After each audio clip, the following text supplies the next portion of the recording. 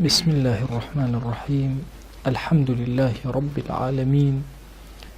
والصلاة والسلام على خير خلق الله محمد وعلى آله وأصحابه الكرام وتابعيهم بإحسان إلى يوم الدين. ربنا أرنا الحق حقا وارزقنا اتباعه، وأرنا الباطل باطلا وارزقنا اجتنابه. ربنا آتنا في الدنيا حسنة وفي الآخرة حسنة وقنا عذاب النار. بارزان وخوشويستانم، ئێمە لە خزمەت بابێکی سەربەخۆکە ئیمام دایمەزران بابی حەقد و حەسەد، باسی ئەسبابەکانی حەسەد ئەکەین کە ئینسان هۆکاری چییە کە ئێرەی بە خەڵکە بات. ئەفەرمێ ئەحەدوها العەداوەة والتەکەبر والعجب وحب الرياسة. یەکێک لە هۆکارەکان بریتیە لە دوژمنایەتی خۆ بە گەورەزانین، عجب سەرسامبوون بەخۆ، حب الرياسة خۆشویستنی منصب و پلەپایە، خبث النفس. جاری وای هیچێ لەمانە نییە، هەر ئینسانەکە خۆی نفسیەتی پیسە. سبحان الله، لە ئەو حەسەدەی کە چاوی پیسی لەگەڵایە لەمەوە سەرچاوی گرتووە، لە حب ئەوە یعنی خبث النفس، پیسی هەر ناخی خۆی کەسەکە مەسەلەن نفسیەتی بچووکەوە، بخلوها بەخیلە. ئەمە لەگەڵ حەسادەکەی هەوە من شەڕی حاسد ئیذا حەسەد. خۆی گەورە فەرمێ پەنا ئەگرم بە رب العالمین با بڵێن من شەڕی حاسد ئیذا حەسەد. حاسد کاتێک کە حەسادەت ئەبا، یعنی هەموو حاسدێ نا، چونکە بە طەبعی ئینسان تۆزە حەسەد هەر لە ئینسانە هەیە، بەس ئەو کاتێک کە حەسەد ئەبا، ئەو کاتێک کە مەسەلەن باوڵێن خوبثی نەفس لەگەڵ ئەو حەسەدەیە تێکەڵ ئەبێ، ئیتر ئەوە زۆر خەتەر ئەبێت لەوەی کە چاو لە بەرامبەرەکان ئەدا، یا بەخیلی کە لەگەڵ یا تێکەڵ ئەبێ. وأشدها العداوة والبغضاء. خراپترین جۆریان بریتیە لە بەهۆی دوژمنایەتی و ڕقەوە ئینسان حەسادەت لە بەرامبەرەکانی بکە. فإن من آذاه إنسان بسبب من الأسباب. مرۆڤێک هۆکارێک یعنی عەزەیت و ئازارێکی ئەم کەسە ئەدا، حورمەتی ناگرێ، وخالفه في غرضه، أما بسيكي أو بيتشواني وأجولته أبغضه قلبه، ضلي يترقي لو كسيا. ورسخ في نفسه الحقد، حقدك في الشاراوة لضلي دروس أبي، يتر أم حقد الشاراويج حقد بشي شارة سر أبي. والحقد يقتضي التشفي بالانتقام، حزك الشفاء أو حقد أو آزاري خوي بدا انتقام لبران بركيكاته. فمهما أصاب عدوه من البلاء فرح بذلك. هرشي بلايا رؤكاته أو كسا، سبحان الله أم بي خوشة، وظنه مكافأة من الله تعالى له. هرشي لو الربا وأزان إخوة وضيبو أم كردوته ويدروني زوري بي خوشة. ومهما أصابته نعمة ساءه ذلك. هر نعمة الرؤية يبقى أم بينا خوش، للناخيو فينا خوش حسدتي بي أبا. فالحسد يلزم البغض والعداوة ولا يفارقهما. حسادت هەمیشە ڕق و کینە و دوژمنایەتی لەگەڵای و قەت لێک ناکرێنەوە، هەمیشە پێکەوەن. وإنما غاية التقي ألا يبغي. مەبەستی ئەو کەسەشکەوە خواناسە ئەبێت تەجاوز نەکا، وأن يكره ذلك من نفسه، لە ناخی خۆیەوە پێی ناخۆش بێکە ئەم بغض و عەداوەت و شتە لە ناخیا دروست ببێ. فأما أن يبغض إنسانا فيستوي عنده مسرته ومساده. حتى أجر رقي لإنسان يقول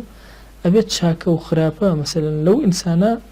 تيا مساوي به فهذا غير ممكن. أما زور زحمة ممكن يدروز به، إلا الرقي اللي كسيك أبو بيدنا خوش النعمتك بسره به، وبيشت خوش توشي بلا مصيبته. طبعا ما طبيعي كي إنساني لإنسان أبي إنسان شركة لسر، أما جهاد كاد لبيناوي أمريكا أما كنترول كا. چکەمە ئاگری حەسەد بڕواکەن پێش ئەوەی ئاگری حقد پێش ئەوەی بەرامبەرەکە ئازار بدە خۆتی کوشتووە، خەو ژیان هەموو شتێکە لێ تاڵەکە، هەمیشە لە فکری ئەو کەسە، لە فکری ئینتیقامی لەو کەسە. ئینسان خۆی بە حقد ڕێک ئەتوێتەوە تەواو. کەسە حەقیدەکان زۆر پیرە بن، زۆر یعنی چونکە تەحەموڵ ناکە، خۆی ئەتوێتەوە لە بەردەم ئەوەی کە زوڵمێکی لێ کراوە، حقدێک لە دڵێ. ئیتر جاری واشە شتەکە شتێکی دنیای بەسیتە، بەڵام شەیطان ئیتر دنیای ئەم لایەنە ئەدا. جاری واشتێکی زۆر بەسیتە هیچ بای ئەوە نییە کە حەقد و ئەوانە هەڵبگیرێ بەڵام تر کابرا چکە نفسێتی بچووکە حەقد وەرەگرێ بەڵام تر خۆی ئەسووتێ بە حەقدەکە ناخە ئەسووتێ و هەر نیعمەتێکیش بەرامبەرەوە ببینێ حەسادەتی پێ بە پێی ناخۆشە و هەر ناڕەحەتێکی بەسەرەوە بینێ دڵی ئیسراحەتەکە حەزەکە حتى هەندێک جار خوا پەنامان بە سەرێکیشێ بۆ شتی خەتەر مەسەن جاری وایە تۆ سێرەکەی نەفسێ حەزەکە و کەسە بێدین بێ نفس حەزەکە مناڵەکەی بێدین بێ نفس حەزەکە چکە ڕقی لێتی کە ئەم هەمووی لە خلافی شەرع بێ بەعکسەوە لە هەموو کاتێکانە پێو خۆش بێ خوا هیدایەتی بدە پێو خۆش بێ ئەهلی دین بێ پێو خۆش بێ ئەهلی خواناسی بێ یعنی حەقد واد لێ ئەکا حەسادەت بە چاکەی خەڵکە بێ و هەمیشەش کە موسیبەتێکیان ڕووتی ئەکا زۆر دڵە ئارامە بێ فەلا توشمت بێ لە ئەعدا لە دوعایەکە هاتووە هەر مەبەستەکە ئەوەیە خۆی دڵی دوژمنانم پێ خۆش مەکە چونکە ئینسان کە تووشی مەسائب ئەبێ هەندێک جار دوژمنەکانی زۆریان پێ خۆش فەلا توشمت بێ لە ئەعدا ئەمە مەسائلی عەداوەت و تەکەبوڕ و عوجب و ئەوەی کە باسمە کە ئەوەی کە لە سەبەبەکان دوژمنایەتی وات لێ ئەکا وردە بەرە ئەوەتەوە یەکێکی تر بریتێ لە کیبر کەسەکە خۆی بە گەورە ئەزانێ فهو أن يصيب بعض نظرائه مالا أو ولاية أو أيك هندي دوستكاني باشا مالك يعني بركوتو يعني ولاية الدصلات كان هي فيخاف أن يتكبر عليه ولا يطيق تكبره أترسل أو تكبر بسر أما كأم دصلاتي بسر أو النبي أو يكون من أصاب ذلك دونه يعني كسك مستوى لم نزمتر لاشتكى لم برستر به فلا يحتمل ترفعه عليه أو مساواته بي مساواته بي ناخوش أو بسر أما زورتري هبه يا ريكي أم به حزكا كمتر به ويهرشتكي هبه أم حسادتي بي ناخوش وكان حسد الكفار لرسول الله صلى الله عليه وسلم قريبا من ذلك حسادتي كافر كان أمام أبو جهل خوي بقوري قريش دا أنا أبو لهب خوي بقوري دا أنا يسجنجك هالكوتو وتاخو هالي بجار بيان ناخوش وكخو هالي بجاد وحسادتيان لو ريو بي أبد وقالوا لولا نزل هذا القرآن على رجل من القريتين عظيم يعني على رجل عظيم من القريتين باشبول لنا أم دولاديان لمكة ومدينة وبسر بيهاوشي قورا أم قرآن نها تخوارو يعني هؤلاء من الله عليهم من بيننا أولا خوا منتيا وبسر يعني إيمان ورقرن لنوان إيما ما أنتم إلا بشر مثلنا وشين هل مروفيكن وكو إيما ولئن أطعتم بشرا مثلكم إنكم إذا لخاسرون إن جاء ومروفيك وكو خوتان قرالي أكن والله إيوا زر المندل خسارة مندل بأصحابي أن أود فعجبوا وأنفوا من أن يفوز برتبة الرسالة بشر مثلهم فحسدوهم سريان سرما وأنفوا يعني تقريبا بلي لوتيان بي أشكا تقريبا أقول وابلم كيكيك لوان شي يفوز برتبة الرسالة خواهي قول هالي بجادو ورزقاري كلو سرفرازي كلو برتبة الرسالة بيداوة إنجا حسادتيان بي كوابو يان عداوة يان تكبر عداوة أو خطرك خويه لهم يان خطرت دواء أو شي كبر كبرا متكبر حزناك يكتر بي لأستي أما تكبر بسر أماك ويلي أكاك حسادت ببران بركاني ببا أي حب الرياسة جاه فمثاله أن الرجل الذي يريد أن يكون عديم النظير في فن من الفنون أو يكابرا حزك لفن كان كس هاوتاي هاوشاني أم نبي إذا غلب عليه حب الثناء شكا في خوش خلق ثناء كانوا بأسي كانوا واستفزه الفرح بما يمدح به زور أوشتيك وخلق مدحي بي أكن أم حركة ناخي أم أجولين خوش عليك زور دربري من أنه أوحد العصر كبيوايا كمن كس فريد الدهر في فني كس هاوينين يتاكو تنهايا زمني خويا لو فنو لو اشتاك كربيتي إذا سمع نظير له في أقصى العالم جوي لي بهاوتايك أم درزبو لو بري الدنيا ساءه ذلك وأحب موته حزك بفوتي أو بمري نميني أو زوال النعمة التي بها يشاركه في علم أو شجاعة أو عبادة حزك أو نعمة بسر أو نميني ئیتر سواء علمی لەم زیاتر حەزەکە علمەکەی نەمێنێ شەجاعەتی لەم زیاتر حەزەکە شەجاعەتی نەمێنێ عیبادەتی زیاتر ئەوێ نەمێنێ صناعەتی زیاترە کار و کەسابەتی حەزەکە نەمێنێ پارە و سەرد و سامانی ثروەتی زیاتر حەزەکە نەمێنێ وليس ذلك إلا لمحض الرياسة بدعوى الانفراد أما تنها لبروي كإنسان زور حزك الرئيس لسري سروب حزك انفراد بتاقي تنها أو نقطة يبقى كسها وشاني نبي طبعا للصحوة ودعوشها سبحان الله أم حالته هرهي استبوش اختلاف دروسة بين دعاة وملا وشيخ وباشا مسلمان وأحزاب إسلامي هو كارجي حمو يقرأته بو أم نقطة أيش أوي هرهم يحب الرياسة بخوي بزانية بخوي نزاني قرنية حزك مثلا أم داعية شترنبي بيتشواني وبي خوي بيش إيشي كي لقلابك همو دانيك مثلا أيوه خوي هرشي إيشي بيك فرياجناك بين أخوش برانبرك إيك إمرجني خوي قول الزماني خطبة بهمو كسي دابي كسي أو خطيبك باشا قلنا فلان كس خطيبك باشا كل ركاك جاهلة أو رجاءاتي كفران دو بغلط باشا يكسر بوهم جواني كسي قاني شبشتكي بتشوكي أو كسو يان مثلا أنك فلان كز ما شاء الله قلمك سيئة لي أوهم كتابين وسيوان كل هيجني أكاك يعني بقى كل معلوم نالي خوي بباشتر قلمي شي وشتيج يكي يتر ألن كاكي كان أوهم خلق الشويني كوتو الله كل جاء وشي إلا اشتكي تي أدوزته إما سبحان الله ناين تكاملية كتير كين واتينا يحب الرياسة وهذا كويري كردون تصور كجاري واحد دو مسلمان كداني شي قرفته كان ينشار سركي بزي بحالي هدو كانايتو بو چونك هيش اختلاف اللي بيني أنا بيني أي باشا ما شر شيء كان محمد حسن الددو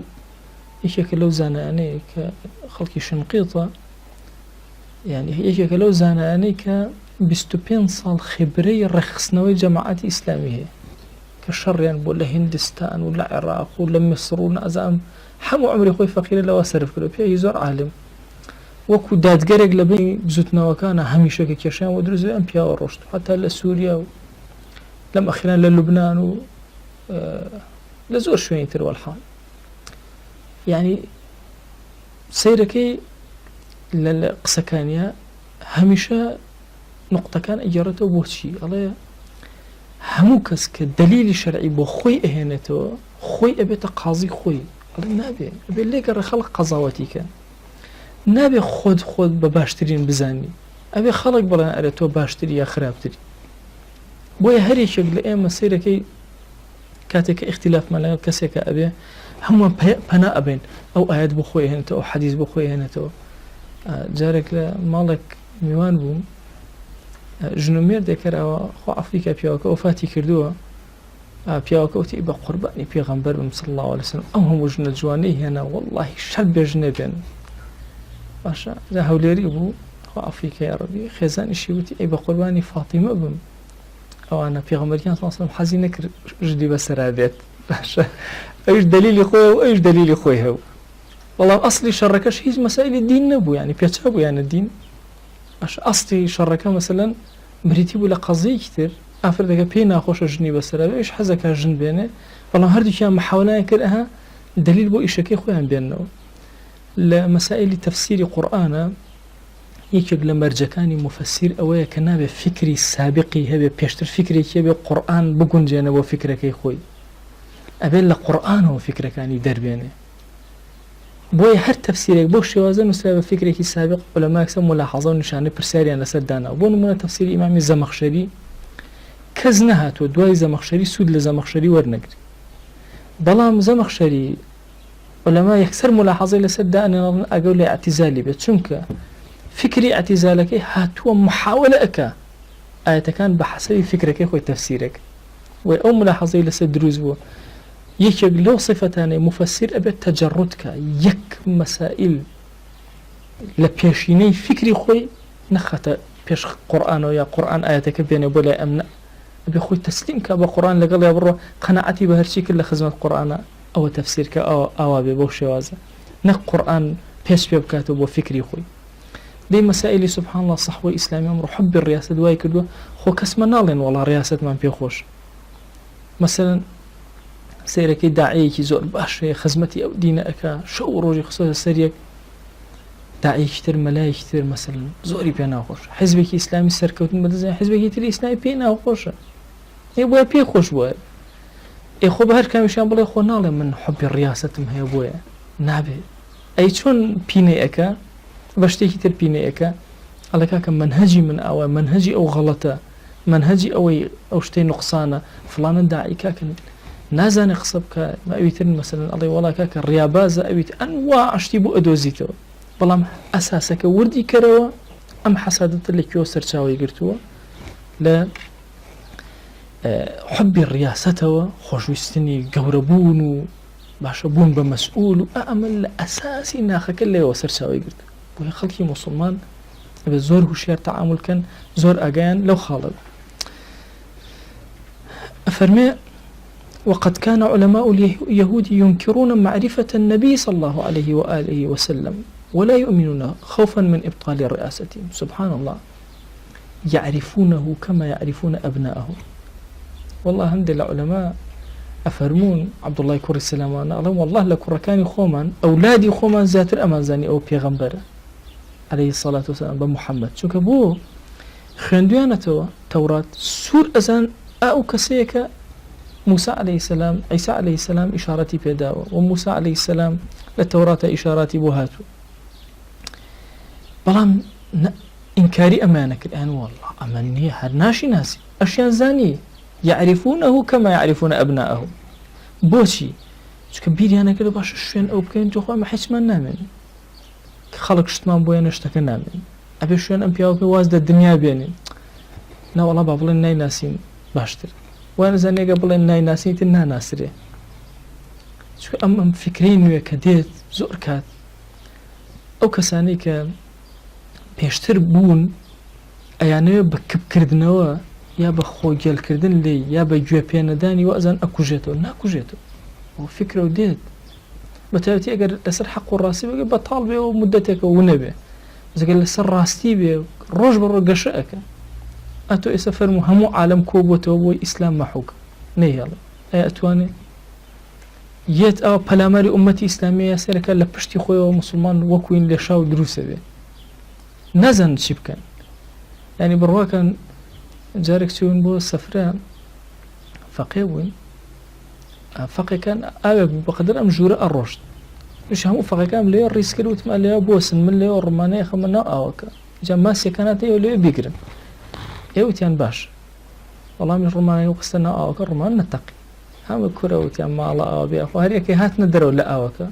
والله خوش من هالصينو نزيك يوم والله لا برتقي أو هيجي يعني كمان هرهم يبو بقى أو منطقة كهم يتهربوا دواي تقينا كش هيج ديارنا ما سيناكوش والله لا برسر أو كسبيو كسر أو كسبيو أوان شو أنا كان شغل كردو إنجا هرهم وبلاماري إياه بو إما سيكان بقرينا بس مفريا وناكوتي أو كزور سريع نفركانش تهاجيش نو أو بلامار ما دايج ما سيكان شنجي ما درج إنجا الراكبو بحرا بدوايا حتى دنكك ما قلتو هني ومردي كردين استهمو زاري سبحان الله كبير لو أكم وغلام كافرو بيدين يعني إسلام بقرن بيوستن رقم سيكان يتو بيشو أو هم براكن تشل بنجه فقط الأمر من هذا بس همو بانزا بيز ماسكي ما بوي جيرا همو الروش وما نجيرا فريانا كودي يعني سبحان الله سير ما أكل بو لكيوتو بالأمر تيا بيجري للا يشترو درسو حس ما فينا أكرا والله همو لدس ما ندرسو الرشد ما بس كم يعني سبحان الله كافروا بيدين بلا ما دابو إسلام وك بلا درجة كاتين لبشتي وما سيك درجة كل الراكة أو بقرا هتا بدوا راسيان يتر أروى إيش توش برزبي فرياي أو ناكل بالضبط است أو حملي كبس أمي إسلامية بوشي وازي والله إمج لبيني خوم أنا أو ندد داما وحب الرياسة واهل كردوين حرجاوي كير كردوين لبخوا يهود والنصارى سور أنزاني شون أو أولادي خوينا عبد الله كوري السلام بيغمري خوي صلى الله عليه وسلم فرمي والله احتمال أجنا كم خيانتي لي كردبن بالله والله يقينم هي لأولادي خوما زياتر كتو بيغمري خوي صلى الله عليه وسلم كإيماني هنا بويا خوي قال فما يعرفونه كما يعرفون أبناءه دي ورتب وابزاني بإنكاري أما نجاة أبي نجاة النبي إسلامي شرع هاي أمره خەڵکێکی بێدینیت ئەوە ئیسلام بشواتەوە ئەوە ئیسلام کاتە پاشکۆ و بۆ تەواو نابێت ئەوە سەحوەی ئیسلامی بەڕێوەیە ئەنی ئێستا تۆ وەرە ئەگەر بە فکری علمانیت و کافر و بێدین بووە ئێستا بۆ یەک کتێبی ئیسلامی نەبووە ئێستا بڕۆ مەکتەبەی کوردی بزانە کتێبی ئیسلامی زۆرترە یا کتێبی علمان بڕۆ سیرکە بزانانی کاممان لە پێش بڕۆ لە هونەرە سیرکە بزانە شاعری ئیسلامی زۆرتر یا شاعری ئەوە باش ئەو هەموو پارەیە سەرفەکری کەچی لە بەرامبەرە نەتیجە هەر موسڵمانان ناجەح بوون بۆ چونکە بەری ئەم شاڵاون کەس ناتوانێ بیگرێ خوا خۆی سەرپەرشتیەکە بەو خوای ئێستا بەس مزگەوتەکانی کورد بەس خوتبەکان ئێمە سەرپەرشتیمان کردە فەوتا بوو بەس چونکە خوای گیان خۆی سەرپەرشتیەکە ڕۆژ بەڕۆژ شەوق و زەوقی مزگەوتەکان زیاتر قەرەباڵەختر بڕواکە ئەچی بەلادەیەکە ئەوە لە پڕ منارەیەکە بینی چەند ئیسراحەتەکە ناخت ئەبێ کافر و بێدینی ببینە چەند پێی ناخۆش عمری فەوتانەوە وەرە کەمالە تاتو لەگەڵێ هەموو ژیانی خۆی فەوتانەوە تا بانگی کرد بە تورکی و هەڵا و بڕۆ اینجا هەتا بێدەنگی کردو وەڵا خۆی کەوت بۆ سەر جێگە سێرەکە وەڵا من درێز ها و بە عەکسیەوە وەڵا بانگیشی ئەلان کرد و کردیشەوە بە عەرەبی هەر لە سەرەمەرگا وتی ئەی هاوە گوێی لە بانگ بوو هەموو عمرە فەوتان لە پێناوی ئامەکە بکەم وا ئێستا ئەو هەر بەردەوام وا من تەواو بوو بەخوا ئەمی تریش هەمووی ئەو هەر بۆیە لە مەسائلەی یعنی کبر حبی ڕیاست وە ئەکات چاوی نەبینێ و ئەزانێ ئەگەر چاو بنووقێنە وەکو نەعامە ئیتر تاوە ڕاوچی نایە و ئێمە موسڵمان بەڕاستی لەو مەسائلی حبی ڕیاسە بێ زۆر ئاگەمە لە خۆ تووشی حەسادەت هەبێ طبیعی یعنی تۆ ئێستا وەرە بۆیە هەر لە ئادابەکە نەگە ببیرتان بێ ئیمامی غەزالی فەرمووی چی لای هیچ زانایە باسی زانایەکی تر مەکە بۆ چونکە حەسادەتێ لە ناخا هەیە باشە لای هیچ زانایە ئادابی زیارە لەگەڵ زانایە لای ئەم زانە باسی یەکێتر مەکە یعنی طبیعەتی بۆ لە ناخەوە نەبادا خوان ئەخواسە حقدێک ڕقێک چەکەرەکە دوای بەرەو حەسادەت بڕۆ أي خبث نفس وشح نفس أمانة على عباد الله تعالى فإنك تجد من الناس من لا يشتغل بالرئاسة ولا تكثر والله خلفك الرئاسة نباري زوري كل الندج من آياته لغا خلقا نكبري حيشين حرشي حرش كسي لبنايا باسكي بلاي فلان كز باشو أمانة فيما أنعم الله عليه به شق عليه ذلك عام يزور بينا خوش وإذا وصف له اضطراب أمور الناس وإدبارهم وتنغيص عيشهم فرح به لكياوتي والله خلقنا راحته دنيا بشتي تيكردون وكاكا وضع زورش برزو ضلي خوش به فهو أبدا يحب الإدبار لغيره حر إيه نعمل بس خلق ونمن إذا مشكلة أونية ويبخل بنعمة الله على عباده هميشه بخيل حرش كز نعمته يبسره بأم بخالتي في أبا كأنهم يأخذون من ملكه وخزائنه سبحان الله الله أمسر زوية ملك وخزانه وهرش كشتيكي لي أبا أم زنوقيت هذا ما خبثي نفسه طبيعتي أوها ولما فرمونا البخيل من يبخل بمال نفسه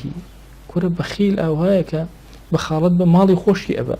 والشحيح الذي يبخل بمال غيره أي شحيح كي بمال غيري خوي يعني سبحان الله بخيل شيء بخالتك لما مالكي خوشي أبا أم دينار صرف كم أم هزار دينار رارو هزار دينار بم بخلق بيان بنان بيخون أي بقص الخرتي يعني فاش أي خاطر يجرفان بخلق مالي خوي أبا الشحيح شيء مالي خوي هي شيء وازي لبينا مالي خلقيش أو باش فلان سباري لكيو أو شو برا شلون أو هزاري خرج كده وازي لما خوي أنا جاب الأماري هو خلق هذا فأفرنا سبحان الله أو جوازي كان فهذا يبخل بنعمة الله على عباده الذين ليس بينه وبينه عداوة ولا رابط حرب حيواندي لبيني أنانية كتي بخيليان في أبا وهذا ليس له سبب إلا خبث النفس ورداءة الطبع أما هيك بشتيقنية يعني إلا هو كارقني إلا نفسي بيسة طبيعتي زور نزمة وهذا معالجته شديدة كل زور زحمة أو معالجة بكري لأنه ليس له سبب عارض هو كارقنيك مثلا حب الرئاسة وازي لي أنا كبر وازي لي عداوتك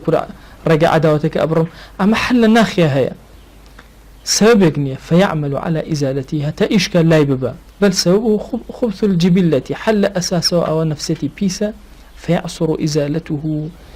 زور بزحمد لا أشياء أما نهمين كباس ما كره هو كاركاني حسد بون أما أخير يعني بڕواکەن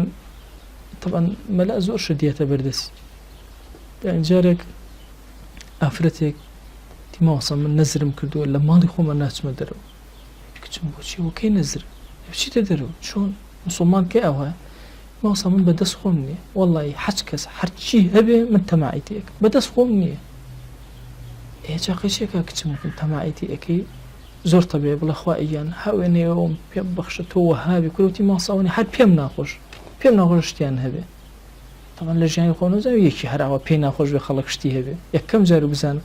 ئێوە ڕۆڵە بۆچی پێم ناخۆش هەرچیم ئەویست باشە چۆن چارەسەری بکە نەم ئەدۆزیەوە زۆر ئەحیا لە خزمەتیا بووم بۆی چارەسەرێکی وە بدۆزمەوە بزانم چۆن چارەسەر ئەکرێ باشە بڵێ ماشا الله بڵێ سبحان الله بڵێ تەبارەک الله کەشتی خەڵکە بینی کوردی ماسە ئەوانش ئەڵێم بەس هەر نەفسێتم ئەوەنی اینجا دوایش سوور ئەزانم مەسەلەن ئەو کەسە ئەو شتەم و تۆ نیعمەتەکەی نامێن هەستەکەم من چاوی ئەدەم ناسام چی بکەم ئێوتم دەوەڵی مادام هەر ئەمەرە دۆزی بێتەوە تۆ لە خەیرە مادام خۆت بزانی کە ئەم خەلەلەت هەیە ئەمەش هەر خەیرە چی بکەین ئەبێ ئەذکاری زۆر ئەبێ دوعای خێری زۆر بۆ ئەمانە بکەی ماسە وەڵڵاهی دوعایان بۆ بکە وەڵڵاهی زۆر کات بەسەر خۆمە ئەشکێمەوە بەس ئەم حاڵەتەم هەیە نازانم چۆن بڕواکەن تا ئێستا چارەسەری ئەو ئافرەتەم پێ ناکرێت ناسم ئێستا تقریبان خۆشم هاتووەتە سەر ئەو ڕێی کە کەمترین جوڵە بکە لە ماڵەکەی خۆیە باشتر بۆ چونکە تاهی دەرەقەتی خۆی نایە دەرەقەتی چاوی خۆی نایە لەبەرەوە ئەم مەسەلەی ئەخیریان خبثی نەفس سبحان الله خوا پەنامان بە یا ڕب جاری وە ئینسان طبیعەتی ڕەدی بەڵام بەچی ئەگەر بێت و ببەخشێ تاکە حەلێک ئەگەر بتوانێ ببەخشێ هەبوو بێ ببەخشێ ئەو حاڵەتی خۆی گەورە ئینشاء الله شیفایەدا بە ئیزنی خۆ داوا ئەکەین لە ذاتی پاکی پەروەردگار خوایە بۆ خاتی گەورەی خۆت دەرگاکانی خێر بەسەرمانە واڵا بکە یا رب العالمین خوایە گیان ئەم دەرسە و تاوی دەرسەکانی ترمان لێ قبوڵ کە خوایە بۆ خاتی گەورەی خۆت دڵەکانمان ڕۆحمان پاک کەرەوە یا ئەکرەم الئەکرەمین حوبی ڕئاسەت لە دڵمانە مەهێڵە عەداوەت لە ناخمانە مەهێڵە تەکەبور لە ناخمانە مەهێڵە خوایە پەنا ئەگرین بە تۆ لە حەسادەت پەنا ئەگرین بە تۆ لە پیسی نەفسمان یا رب العالمین خوای گیان بەزەی خۆت بەسەرمانە ببارێنە عاقبەتمان خێر کە دەرگاکانی خێر بەسەرمانە واڵاکە لە گوناهی دایک و باوکمان ببورە لە گوناهی برا و خوشەکانمان ببورە لە گوناهی خزم و کەس و کارمان ببورە لە گوناهی هەر مسلمانێ ببورە کە ڕۆژێ لە ڕۆژان حەسادەتمان پێ بردووە یا رب العالمین خوای داوا لێ ئەکەین بە ناوی جوانت بە صیفەتی بەرزت بە ئیسمی عەظەمت چۆن نیعمەتت بەسەر مسلمانانە باراندووە خوای بۆیان تەواو کە بۆیان زیاد کە بەرەکەت بەسەریانە ببارێنە خوای گیان داوا لێ ئەکەین بە ناوی جوانت بە صیفەتی بەرزت بە ئیسمی عەظەمت پەروەردگارە ئەو کەسانەی خزمەتێکی ئەم کتێبیان کردووە نووسیویانە کورتیان کردوێتەوە خوای هەمویان بە ئەجر و پاداش بۆ بنووسە ئەجر و پاداش بۆ ئێمە بنووسە خوای گیان کە ئیخوێنینەوە لە خزمەتی ئەبین یا ربی خوای گیان داوا لێ ئەکەین ئەوەی کە گوێمان لێ ئەگرێ کە لە خزمەت ئەم کتێبیان پەروەردگارە لە گوناهیان ببورە خوای گیان ئێمە گوناهانێکمان بە ئاشکرا کردو خوای بۆ خاتی گەورەی خۆت عەفومان کە بە پەنهان کردومان عەفومان کە یا ربی خوای زوڵممان لە عەبدێ لە عەبدەکانی تۆ کردووە لە هەر شوێنێکی سەرزەویە خوای گیان عەفومان کە یا ئەکرەم الئەکرەمین بەزەی خۆت بەسەرمانە بارێنە یا ربی خوای داوا لێ ئەکەین مەشروع خێرەکانمان بۆ تەکمیلەکە دەرگاکانی خێر بەسەرمانە واڵا کە خوای بۆمان ئاسان کە خوای بۆمان ئاسان کە خوای بۆمان ئاسان کە خوای گیان بەرەکەت بخەرە مانگی ڕەجەبمانەوە بەرەکەت بخەرە مانگی شەعبانمانەوە خوای بمانگەێنە ڕەمەضان اللهم بارك لنا في رجب وشعبان وبلغنا رمضان اللهم بارك لنا في رجب وشعبان وبلغنا رمضان اللهم بارك لنا في رجب وشعبان وبلغنا رمضان وصلى الله على سيدنا محمد وعلى آله وصحبه وسلم تسليما